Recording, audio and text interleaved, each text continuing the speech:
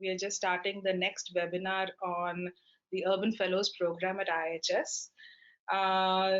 This webinar, we are going to focus on sort of talking about what we teach as a part of the UFP, and focus a little bit on sort of the two of the main teaching components that are there, which is the commons term and the elective terms. There are 4 elective terms. We're going to focus on what goes into those 2 components.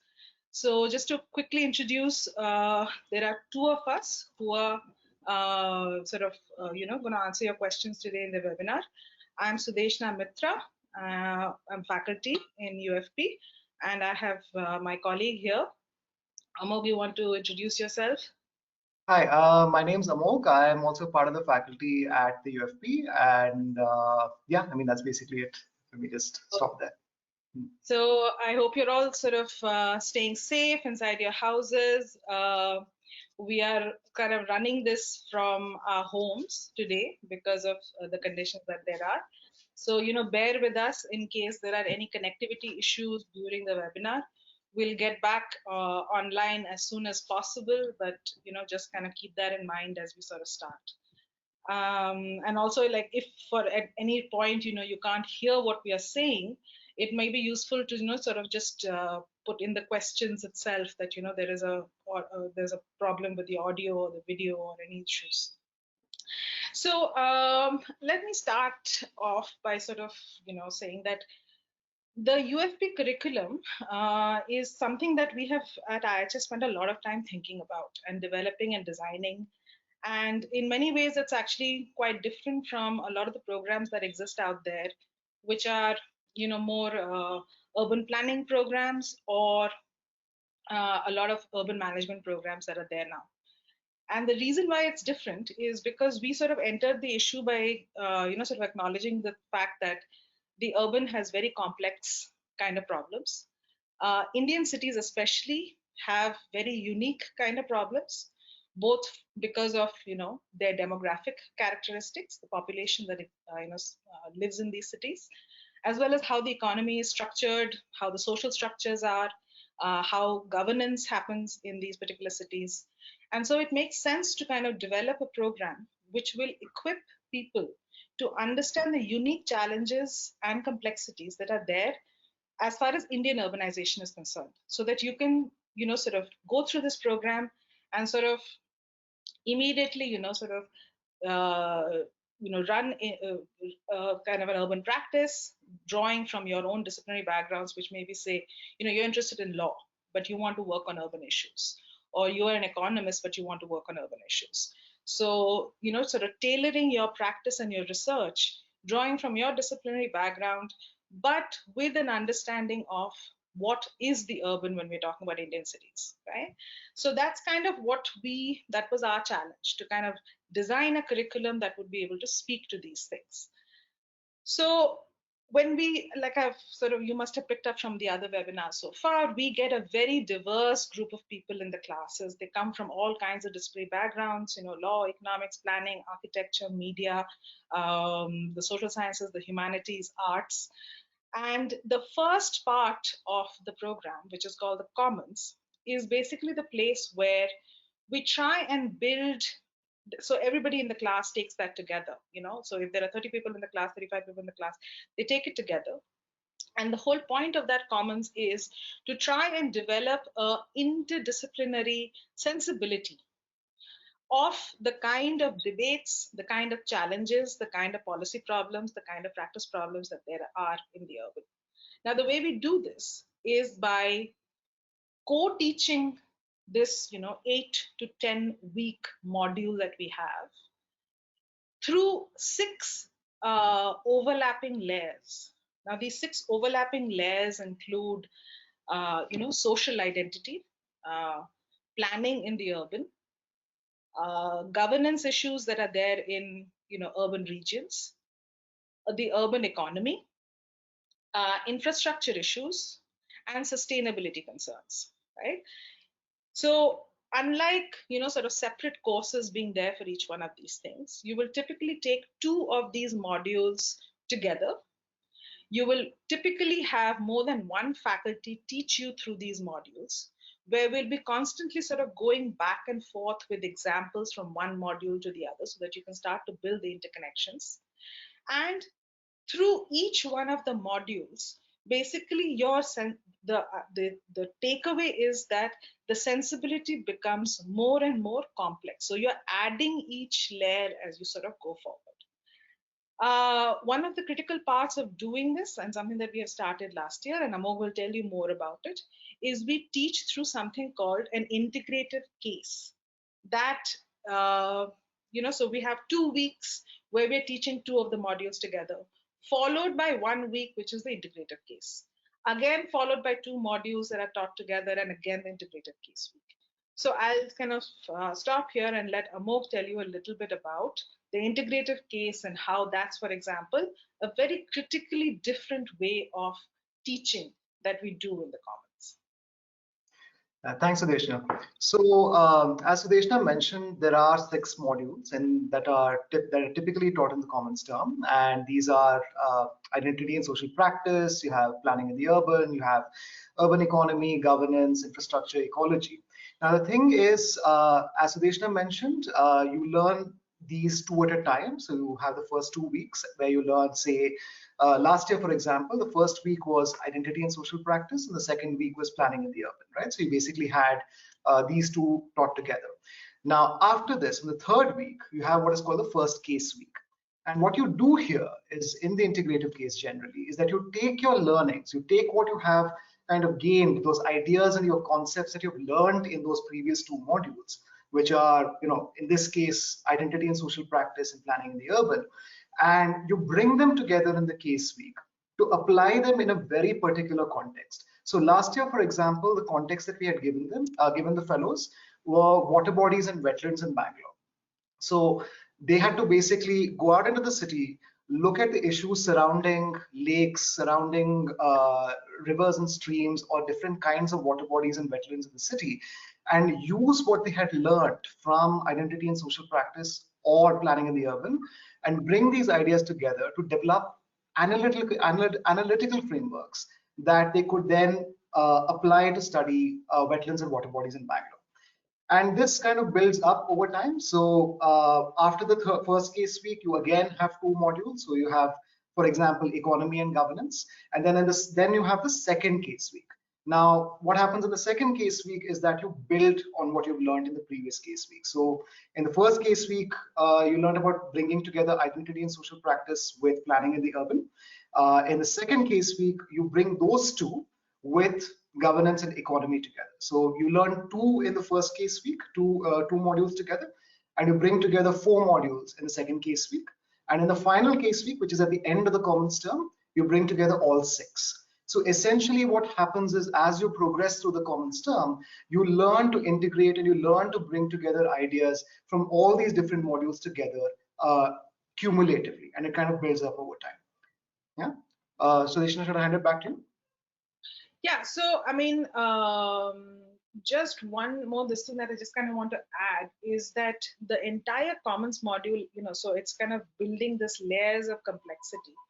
And the case also, unlike a lot of cases that you might have worked with in other contexts where, the case is typically an example, right? Like, and you will, of course, get a lot of those kinds of examples, which we draw on during the teaching weeks that are there in the Commons.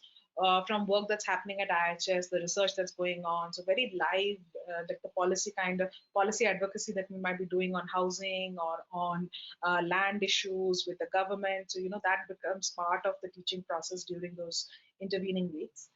But the integrated case, we are also, trying to teach it. It's like a problem statement. It's not an example.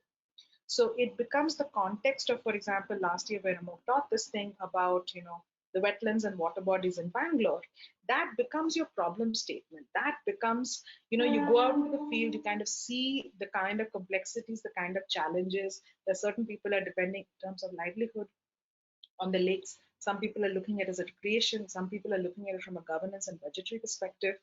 And all of these different things are creating a complex challenge when you're talking about what role do these wetlands actually play in Bangalore as a city, to kind of keep Bangalore sustainable as a city, as an urban system, right? And so we don't give you the solutions. We don't give you that here is an example of how this happened in a particular lake context. We tell you to think through the kind of debates and problems and concepts that you've heard of during the teaching weeks, and ask you to apply and think through as a problem statement as it applies to the wetlands and lakes, right? So this is a very different way of sort of engaging with the field. It's not an example, but it's something that you actually actively have to participate and think through, because like when you go out into the world and start to do practice, a large part of what you will be doing is collecting data and problem solving in real time, understanding the complexity, creating the problem out of your own, sort of understanding. How deep is your understanding about the underlying situation? And then coming up with the best kind of intervention that addresses all the issues involved, and not just, sort of looking at it as a silo that, oh, here is something which has to be looked at ecologically, or something that has to be looked at from a planning perspective. No, it's also a livelihood perspective. No, it's also a infrastructure perspective, right? And so how do you bring all of that together? So the integrated phase really pushes you to kind of start to think about all of these things in a real life example, right? So that's kind of one sort of a teaching this thing that we have. It's one of those different things that we try, and a lot of this Amogh makes like students go through this in various rounds of writing that they produce across the different weeks. So the writing draws from what they've done before and becomes more and more complex as time goes. So that's like the commons. And like I said, this is like an 8 to 10 week sort of a thing where the entire class sort of studies together. You do the assignments together, you do the case writing and the field work, all of it together. Then we go into the elective module. Now, the elective module is basically, there is a long list of about 10 to 12 different kinds of electives. And you can choose 4 out of them, right? So there are 4 elective terms. And in each term, you get a choice like choose 1 out of 3 or choose 1 out of 2, Now, the electives is the opportunity that people get to start to get more specific about their particular interest in the urban, right? So if you are interested in, say, how does the city's economy work, thinking about how people go to work and how they travel there using transportation, or how the economy works, and how infrastructure is supporting that. So then people will choose their electives to sort of focus down on their particular set of interest areas, right? And broadly, the electives fall into sort of 2 categories.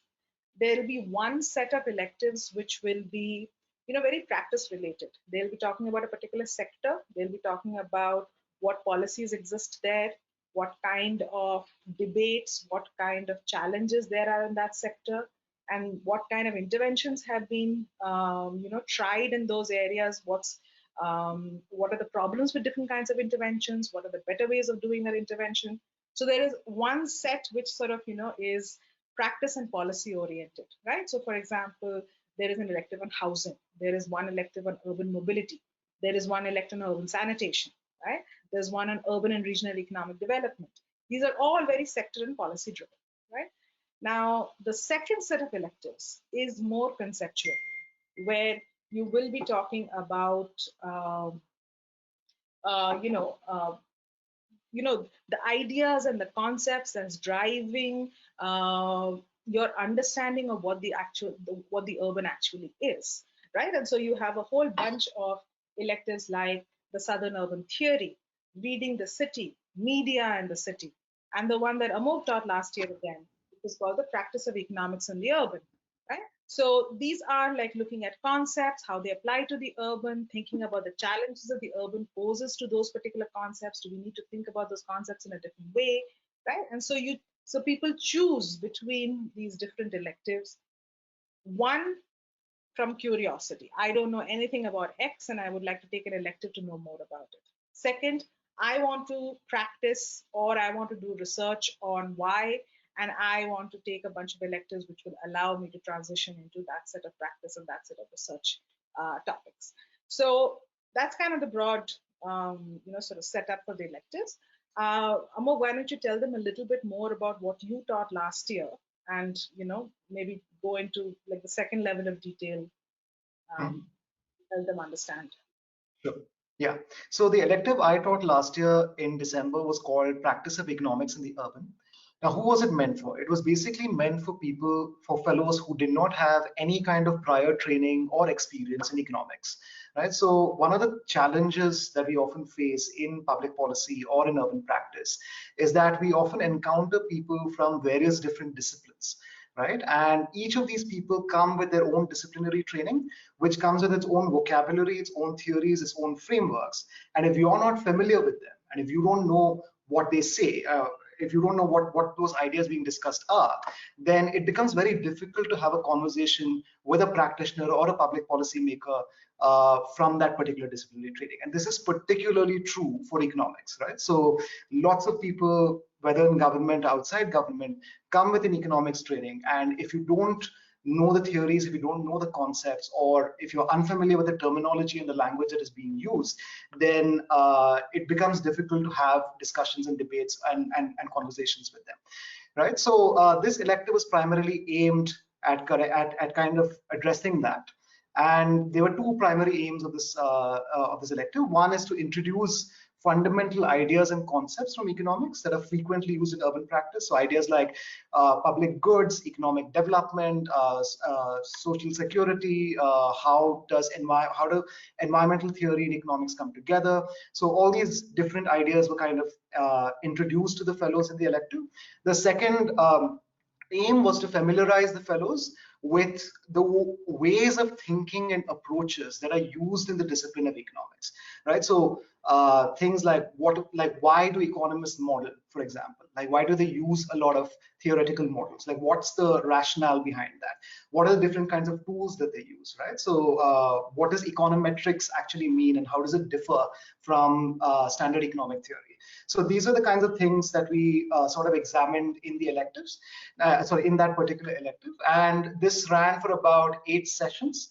The first 2 sessions were introductory, where I basically gave everybody a broad overview of the field and the kind of approaches, tools, and techniques that are used in the discipline. And the remaining 6 sessions were structured in such a way that each session dealt with a particular topic that is often used in urban practice. So you had public goods, you had things like what are the economics behind things like social security and Aadhaar and PDS.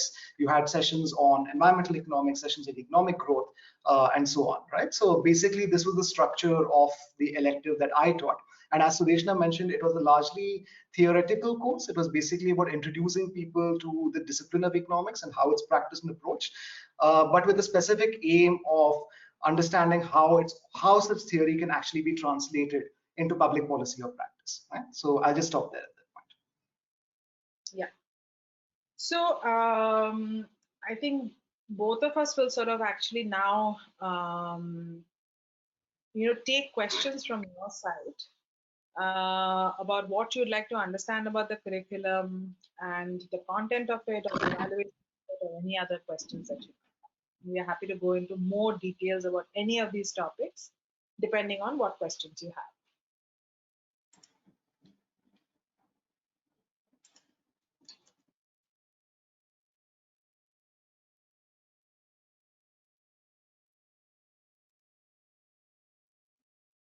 So since there are no questions yet,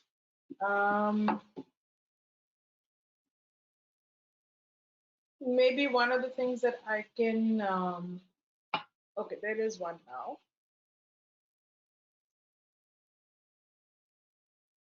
Oh, I think somebody's having a little bit of a technical issue in terms of the audio being lost.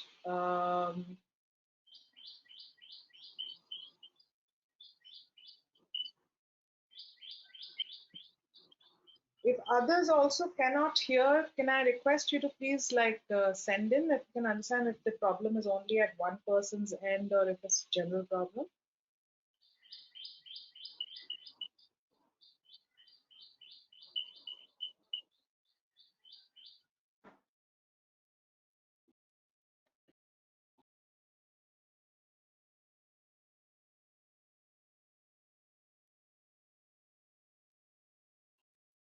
Okay, so there's one question now. Can you tell us about the project component of the fellowship? Sure, I can tell you a little bit about that. Also, I mean, if you've sort of the webinar schedule, if you've just sort of listening, so we decided to kind of break the curriculum into three parts. So we wanted to sort of focus on the commons and the electives in today's webinar. There will be another one that will go into the details of the projects and practica component of it in another one. And the third one will focus on sort of the skill labs component of it. So one thing to make very clear is that what we are talking to you about the commons and the electives is only one part of the curriculum, right?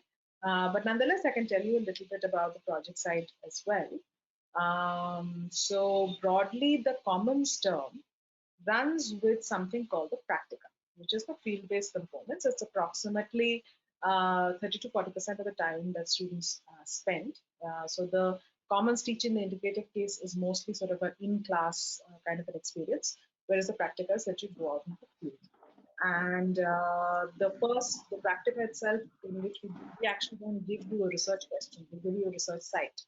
And we expect different groups to kind of go and engage with different sectoral questions that are sort of playing out in that area, and develop a research question in light of the most pressing kind of issues that the residents or the businesses or different kind of social groups that are staying in that area themselves are sort of facing and would like to sort of see a policy or practice or a research input into, right? Then when you go into the electives, we have something called the projects, right? And these are sort of teams of, it can be a single person working on a project, or it can be groups of 4 or 5 as well. But these are live research and practice projects that are running at IIHS. And students become part of these live research and practice projects. They have very specific kinds of outputs and deadlines that they work towards. We really encourage, so it may involve fieldwork, it may involve secondary research, it may involve going out and doing interviews with government folks. And based on that, you have to kind of put together the outputs. And we very much encourage people to kind of come up with something that they have authorship over. So they can take it after the UFP and show it and sort of say, this is the work that I did, right? So that it helps you with your job search, it helps you with, sort of a research position if you're looking for all of that, right? Now, these projects it takes all kinds of different forms like this. There'll be topics on housing, there'll be topics on land and land-based financing, like it happened this year. There will be, sort of digital learning, curriculum development. There will be media-based projects. There will be projects on sort of the gig economy. There's a whole range of sort of topics and practice modes that are associated with the project. So if you're interested in a longer list, take a look at the UFP website. Plus, of course, we will have a webinar in which we'll talk about the projects, exclusively. So I would also say, take a look at that. So I'm going to move on to the next question. The second question is, can you elucidate on the subjects that focus in the domain which are more for planners? So, there is one, like I said in the comments, there is one aspect which is, called planning in the urban.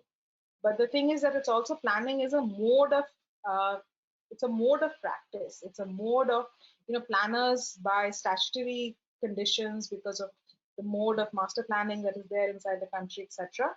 There are certain things that they can do and certain ways in which they can do it.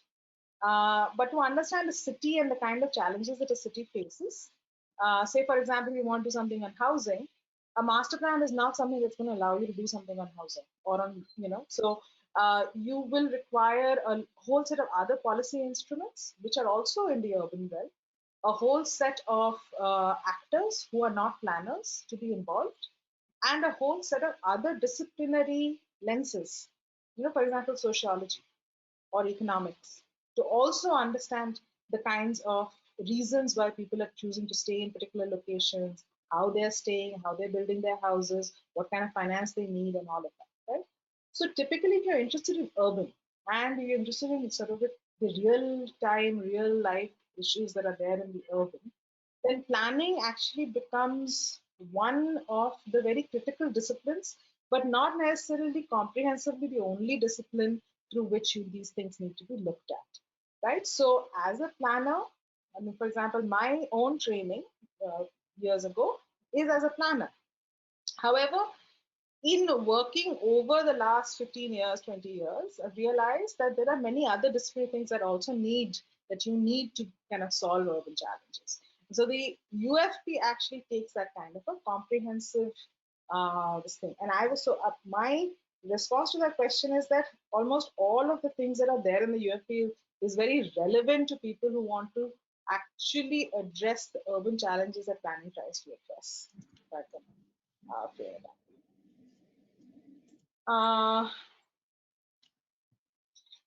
Next question is, I'd like to know, is there a limitation to how many electives one can choose to take? Yes, there is. There are 4 elective terms. So out of a long list of about 10 to 12 different kinds of electives that we offer, you can take 4 of them at any given point in time because they are taught in parallel. So you can only attend 1 elective out of the 3 that are being offered at the same time. Right? So there is a limitation of about 4 electives at once. 4 electives that one single person can take across the elective. The next question is, will the theme of wetlands and water bodies be carried into the next year of the UFP? Amogh, do you want to take this question? Yeah, I think question 4 and question 7 are pretty much the same thing. So it asks, will the theme of wetlands and water bodies be carried over to next year? And question 7 asks, what will be the case theme for this year? So I'll just take both of them together. As of now, yes, I think more largely we're still planning to go ahead with wetlands and water bodies into next year. But keep in mind that there may be some changes to the structure. So we're still finalizing the final structure of the case and exactly what it will look like. So there may be some changes from the structure that we had last year, right? But by and large, the theme of wetlands and water bodies will be carried forward. I'll move to the next question. How many common subjects do we have in the curriculum? Sorry, the audio was poor. Yeah, so let me just repeat. So basically there are, rather than sort of courses, think about the commons as having 6 layers, right? And those 6 layers are basically social identity, urban, planning in the urban, infrastructure, governance, ecology and sustainability, and infrastructure, right? So these are not, I mean, like I said, that most of the stuff is going to be co-taught. So you will often have more than one faculty in the class during any of the sessions. The topics will, the examples and topics will be used across multiple sessions to refer back to, so that you can understand that in the same case, for example, we do a city game in the beginning, right, as a part of the planning in the urban, which takes kind of a city level views. We take a lot of the different sectors. There are different groups that work out, how, things should be done over the next 10 years, 15 years, etc., etc. And it kind of, it forces you to problematize about what are the things that you need to be thinking about. But as we kind of go through the commons term, you get much more insight, say from, say, an infrastructure perspective, or from a housing perspective, or from an ecology perspective. And we keep referring back to that city game so that, you can say, oh, you know what, I did it, in this way, but now I would do it differently. I would also, consider these other additional aspects, right? And so instead of thinking of these as sort of discrete components, think of them as sort of layers that get added, and there are 6 layers that get added over the course of these 8 to 10 months. Yeah, I hope that answers the question.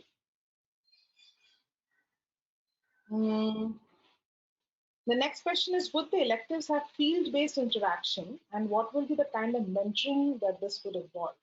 So, as I said, the electives are actually of 2 different kinds. One will be kind of coming more from sort of, ideas and concepts, and the second will be looking at practice-based interventions. So some electives do have a field component. Like, for example, this year, the urban sanitation component, urban sanitation elective, all our fellows went down to one of our field offices, where we are advising the Tamil Nadu government on, a state level sanitation program. And they sort of, looked at what's being done with the self-help groups around community toilets, and what practices are being done, what challenges they are facing, etc., etc. But this is it sort of depends on elective to elective. Where we see value in sort of that kind of a field engagement, it's there.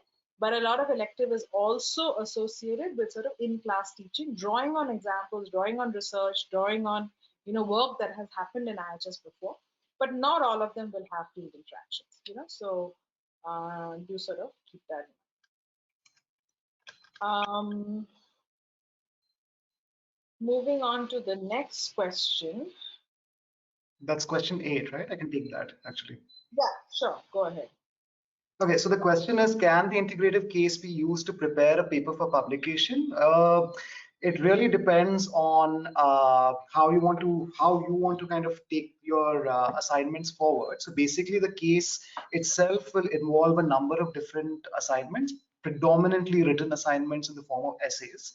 And depending on how you structure these essays and depending on what exactly within the topic of water bodies and wetlands you're studying, and how you go about making, building your essays and studying your problem, you can eventually turn those essays into something that could be converted into a publication, right? So, but during that time, all of us as faculty will be there to kind of help you and mentor you, and we will be kind of, it's not certain and it's not 100% confirmed that you will be able to convert your essays or your assignments into a publication, but we'll certainly help you if you want to do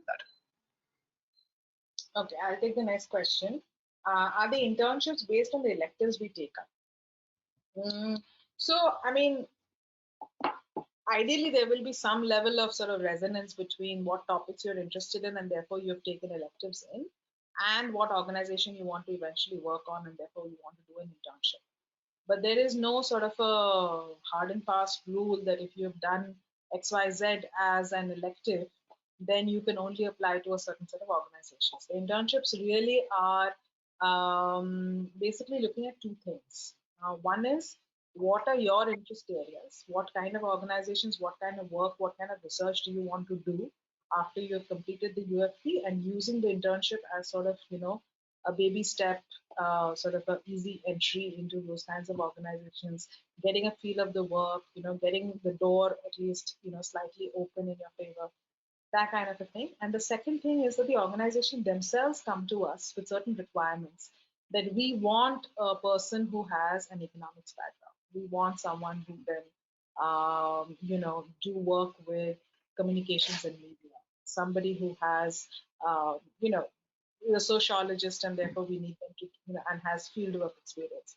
So we have to match those two. We match your interests with the requirements that the organization comes up. And wherever there is, as much as possible, we sort of recommend people, interview. We have actually a webinar on that as well. But it's a highly curated process where we encourage you to sort of, really gain experience of the interview process, develop those skills as well, and then finally pick the place, that matches your interests in the best sort of. So I'm going to move to the next question. Will there be a water elective?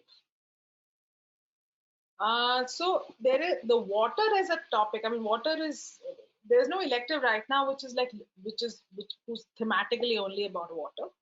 However, sort of there's a disaster risk resilience elective that was taught this year, where a large thematic that sort of runs through it in terms of the work, in terms of the context, in terms of the site, does deal with, water related issues. There is also the urban sanitation course, where again, water as infrastructure plays a very important kind of a role. And so there is no separate thematic on water, but if you're interested in particular aspects of how you're interested in water, there are different electives that will speak to it. Right? So also, can I add to that? Yeah, please do. Yeah, I just want to add that you'll be dealing a lot with water in the commons term as well. So whether it's through the integrative case or through particular modules like ecology and infrastructure, there'll be a considerable emphasis on issues of water across cities in India, which you learn through in the commons term, and then you can take those learnings forward in whatever electives there are. Yeah. Okay. The next question is there a fixed set of organizations that we are to intern with, and are they more like NGOs and similar? So I think the questions are becoming less about commons and electives and more about internships. And we really do have a separate session on that, but I will do a quick answer on this right now. We help people through a process. We have a curated list, a very long list of organizations that IIHS is otherwise working with now, and so we can sort of help you sort of enter those organizations, but people are not restricted at all to the list that we sort of offer. People can definitely come up with their own list. We do a check on them because we want people to go to actually like reputable places which are doing good work, whose work is of quality, so that you actually learn something out of it. So but people all the time sort of bring their own suggestions about where it is that they want to do internships, and we absolutely allow that and support that process. And no, they're not just in the NGO kind of realm. There is a whole range from uh, there are government organizations, there are private sector consultancies, there are NGOs, there are think tanks, there are research institutions, there are grassroots activist kind of organizations, there are it's a very, very wide range, because we actually do think that urban practice involves a lot of different kinds of players, right? And some of it is from the government, some of it is from private sector, some of them are from like activist organizations, civil society organizations. And so the list of places where you can do internship also, sort of, covers all these different types of organizations, and they cover a whole set of different sectoral interests. Like, so for example, somebody wants to work on transport, someone wants to work on housing, somebody wants to work on land issues. So the organizations are also thematically, sort of associated with sort of different kinds of uh, different focus of which part of the urban do they work on. Okay, moving to the next question. How will we be assigned electives? Will we always get our first choice? Usually people have to kind of, give their all, out of all the choices that there are, they have to give first, second, and third preference. We do have caps on certain electives that are taught. And so if it goes beyond the cap, then we do have to kind of, put people into their second choice and third choice. Very rarely do people have to take their third choices. It's either your first choice or your second choice. The next question is, will there be an introduction on the canonical aspects of urban studies, how it's often taught, the history of the discipline, etc.? Yes, you will get this in lots of different places. Some of it is going to come in the commons section itself. Some of it is going to come in, or rather a next level of detailing, if that's something like if you're interested in sort of a research track, if you want to engage with these kinds of conceptual urban questions more than you want to engage with the practice, then there are certain electives which will sort of go deeper into sort of a conceptual unpacking of these ideas, right? And so not everybody is interested in that, but there are definitely a whole set of electives where we'll go into those canonical aspects as well. Okay, so can we choose an elective even if you have no prior experience in that field? People often do. If they're interested in working in that sector, it's a great way to get an introduction into that sector through taking an elective at that. Apart from theoretical classes, will there be any technical courses either in the commons or the electives? Yes. So basically, like I said, the curriculum has other components to it as well, including skill labs, as well as sort of the field-based practical understanding. And a lot of the focus in all of those is a focus on methods and technical studies. So for example, you will get everything from like research design to GIS classes to how to, shoot and edit a film and make a documentary. Like all of these different kinds of technical skills are also on offer, right? And so the theoretical, so they supplement what you are going to be doing as a part of theoretical classes. And do remember that the theoretical classes are also drawing a lot from like, the current debates, current interventions. And so you also get a flavor of the kinds of methods and tools that are being used to kind of address those issues even in the theoretical classes. But we focus a lot on methods because we focus a lot on problem solving and sort of understanding the urban from like multiple layers, multiple disciplinary methods, tools, etc.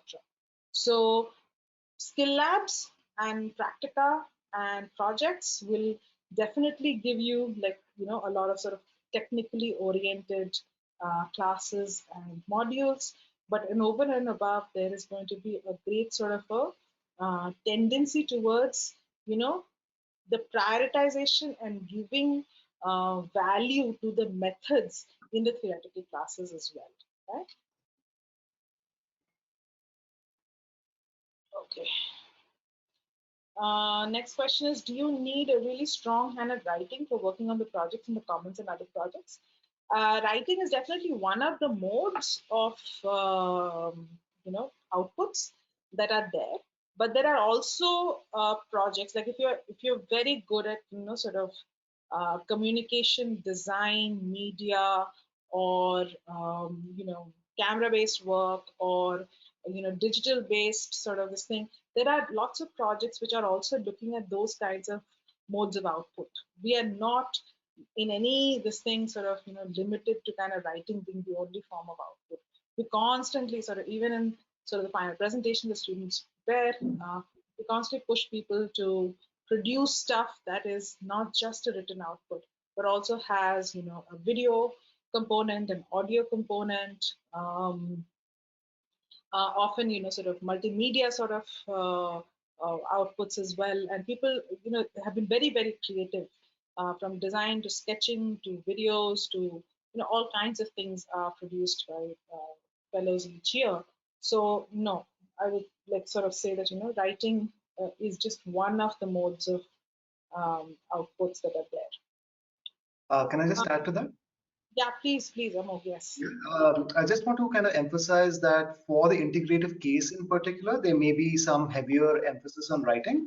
However, just keep in mind that none of you are expected to come in with great writing skills, right? So there's going to be a lot of support and a lot of systems in place to help you write better through the process as the commons term progresses and as you go through the elective terms as well. So there are going to be skill labs, and even within the integrative case itself, there are going to be plenty of training sessions where you get to learn how to write better, right? So while there are writing components, just keep in mind that you don't need to come in with a strong hand at writing. And just another additional this thing, I'm glad Amogh reminded. This thing is that we have various kinds of labs in IHS. So one of the labs is basically a writing lab. It's called the Word Lab, which actually helps people improve their writing skills. They give editing advice. They will go through multiple iterations of what you're writing to help you, like, pull out your strengths and work on your weaknesses. So that kind of a support is also there. So I think there is um, and especially if you, like, for example, if for people whose English may not be their language of comfort for writing or for this thing, we are especially interested in sort of helping them get to a level of comfort where they are able to communicate what it is that they want to say in to an audience that that reads in English rather than the other languages that that you may be well versed with. So the Word Lab and the writing help is actually something that we sort of give a lot of inputs to people, and there's infrastructure at IHS to kind of help you through that process. So I'm going to move to the next question. How do you advise people to choose electives in terms of maintaining a balance between theory and practice, between curiosities and subjects you want to further our expertise in terms of linking electives thematically or not? I think you more or less answered the question. Like all the different options that you have given in this question are actually all in some ways yeses. So, but this is a good opportunity for me to also say that at IIHS we also believe as a part of the UFP program in very detailed mentoring of the fellows. So you will get office hours with faculty, and there are quite like sort of engaged discussions that faculty will get in typically, once in every 2 weeks or 3 weeks and stuff like that, so that they know exactly what your interests are, where you're coming from, what you want to do afterwards. And so we get to try and get to know you as people through the process, so that we can actually help you sort of, get to what it is that you want to do after the program and through the program as well. Like what would be, so so the electives are actually, just one example of the kind of very detailed advice you will get through these mentoring sessions with faculty through the program. Right? And so, and for different people, there'll be different yeses to all the questions that you've put. Right? So the next question is, sustainability is an umbrella term. Can you tell me a little bit about the sustainability commons at IIHS? What scale it works on, the kind of people it affects, and what kind of internships can I get with a focus on sustainability? So what I would actually suggest, because yes, you're right, sustainability is an umbrella term. And again, like, do not think of these as modules, right? And with each of the wording of the questions, I'm sort of going back to that.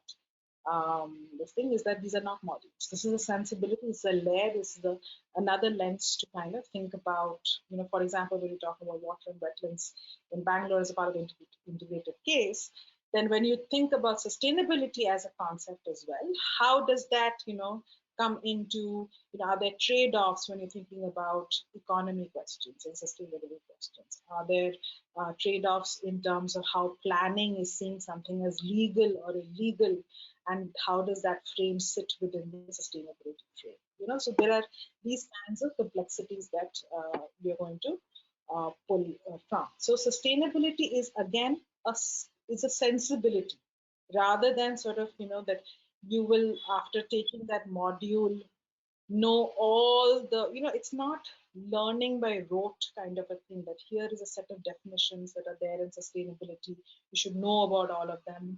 No, it is, the problem solving, the sustainability as an aspect that is in tension with some of the other aspects. How do you think about that? Because the information in the world is constantly changing. You will learn a set of information when you're there in the UFP, and a year down the line, there will be new science, there will be new data, there will be a whole new set of debates that will also be there. So we can at never in any given point in time, you know, sort of arm you with all the information that there is and prepare you and send you out in the world. We would much rather focus on how you think and how do you problem solve and how do you enter a problem. Because as the information keeps changing, we trust that you will be able to go out and get that information. But if we can, you know, prepare you to think about things in a particular way, that stays with you in a lifetime, rather than, an information which will become obsolete as soon as you sort of step out. So I don't know if that it's not a direct answer to the sustainability question. And I would request that if you can send that in as a query into the UFP query website, because then we can actually give you a much more, sort of a particular aspect, particular, things that are there over and above what's already mentioned on the website. But like I said, the details are secondary to the sensibility that we want to build through the module, right? So ecology and sustainability, for one, like just to give a quick example, you have to think about scale. You have to think about, from sort of a biological evolutionary perspective to a planetary scale, right? And that's a kind of a sensibility that the sustainability module will push you towards, which you may not have thought about with infrastructure or with economy, right? So that, like that, for example, is one component of the sustainability component, right? So again, if you're still interested in sort of, knowing sort of the topics and stuff like that, I would say send an email to the UFP queries email address. I'm going to move to the next question. I'm primarily interested in skill labs, especially writing the city and media practice in city. Do you think UFP will be suitable for me if I focus on skill labs in my SOP? I come from the sociology cultural studies program. In a way, this actually, so we've had questions earlier about where people want to focus on a particular kind of the urban. like from a sociological perspective or from an economic perspective. And for them also, my response always is that if you're looking for specialization, right, if you know that you want to work in a particular, like a building engineering management, or you want to work on urban economics, then this is not the program for you, right? Then you have to go in for a master's that is specializing only in that topic. That makes the most amount of sense.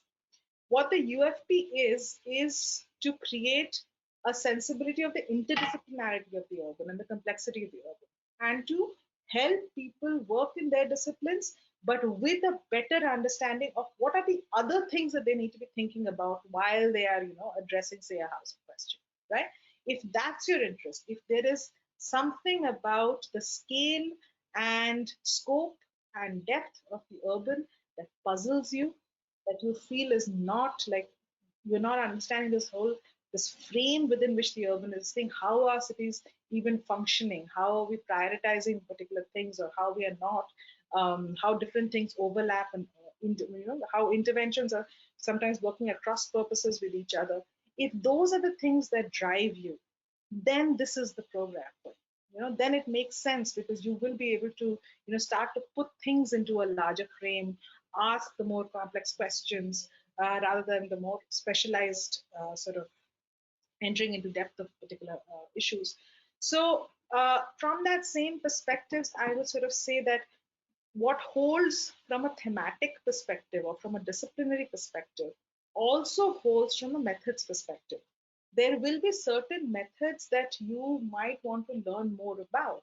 But then, if you're only interested in those methods, I would say, there are workshops out there which teach you GIS, or which teach you how cameras operate, or how to make a documentary film.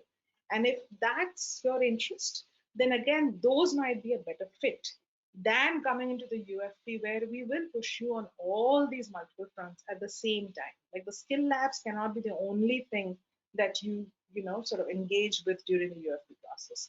Then it's not a good fit, right? Amogh, do you want to add anything to that? No, I think I'm largely in agreement with that. That basically you have to kind of come in with the idea that you will have to work on pretty much all aspects of the UFP. Of course, your interests might be in particular subjects or particular methods, and you will get chances during the year to kind of work on them, specifically in projects or in internships or things like that. But on the whole, just come in with the idea that you'll have to kind of push yourself on all these other aspects as well. Yeah. And I mean, one thing that we kind of hear from people every year is that the UFP also forces people to unlearn a lot of things that they might have learned in other contexts. And unless you engage fully across all the different things that are going on in the UFP and open yourself out to sort of, that process of unlearning, relearning, making things, looking at things more interdisciplinarily, then sort of the objective of the program is sort of lost. That's a very important sort of a learning takeaway that a lot of people have. Yeah. So with that, I think we have come to the end of the questions. So if there are any last question. Okay, there is one question. So we can sort of say, we'll close with this question then. You mentioned the Unpacking Urbanism series in the comments, a curated set of masterclasses, lectures, films, and field visits. Can you give us examples? What did the fellows do last year? So, yeah, the Unpacking Urbanism is basically our idea within this thing is that where you learn from practitioners, right? Like, and in this case, it's not so much again learning from the practitioners in terms of their own, what committees they were on or which projects that they did and stuff like that, but actually learning from the kind of life decisions that they made through the process, because again, the urban practice research is a very complicated kind of space, and pretty much everybody who works on it is often sort of, they come to these moments of dilemmas, and you will too, through the course of your professional life, research life as well. And it's what we kind of did with the Unpacking Urbanism is that it's not only important to think and learn about the urban as an object that is out there, but also to think and learn about that. How do you engage with that urban? What challenges does it throw at you? And what personal life decisions do you have to make to kind of deal with that kind of a life? What are the coping strategies? What are the survival strategies? What are the strategies that people like really and people who've done this for 30, 40 years, what kind of things have they learned to value, to prioritize, right? And so basically, from that perspective, we bring in people who've been in the field from lots of different kind of, sort of walks of life, walks of the urban life kind of thing. So there'll be people who have, held critical positions in the policy sphere. There will be like administrative officers, like Indian administrative officer kind of background folks. There'll be people who will come from an activist kind of background groups. So we've had housing activists, we have various kind of social movement folks who have also come and spoken to people. We sometimes bring in people who have who come from certain professions, like say a professional planner or a professional architect, who have worked with very sort of key moments of a city transforming. So it's a whole range of people, from the government, from the private sector, from the social sector, from the activist circles, basically because everybody's life journey has something to tell us about, like how do you engage, how do you shape your practice around what comes at you, and what often we are unprepared for. So that's kind of the whole point of kind of having that Unpacking Urbanism series. If you want a list of the kind of speakers, go onto the UFP website and you'll have kind of a long list of speakers who've come through the years and spoken to them. Anything to add, Amogh, on that? No, I would just say the Unpacking Urbanism series is basically, it's the space where, you get to engage with the side of the urban that you don't get to see in the rest of the course. So it's often about the little things. It's about ethical decisions. I mean, not little things, but basically things that are, it can be ethical decisions that you have to make. It could be about, personal experiences and the emotional and the emotional aspect of decision making that can often decide what trajectories you take, right? So like things like that, which often don't get talked about in your regular courses. The Unpacking Urbanism series is basically meant to highlight those aspects. Yeah. Yeah. So that said, it's been great to have all your questions, and I hope you'll tune in for the other webinars also that are scheduled to sort of ask your questions about the other aspects that there are. Again, from both of us, like sort of stay safe, and we hope to see a lot of applications from many of you in the coming weeks. Amogh? Yeah, thank you so much for having the webinar. And as Sudeshna said, I'll just add to that, stay safe, and looking forward to meeting many of you in the coming year. All right.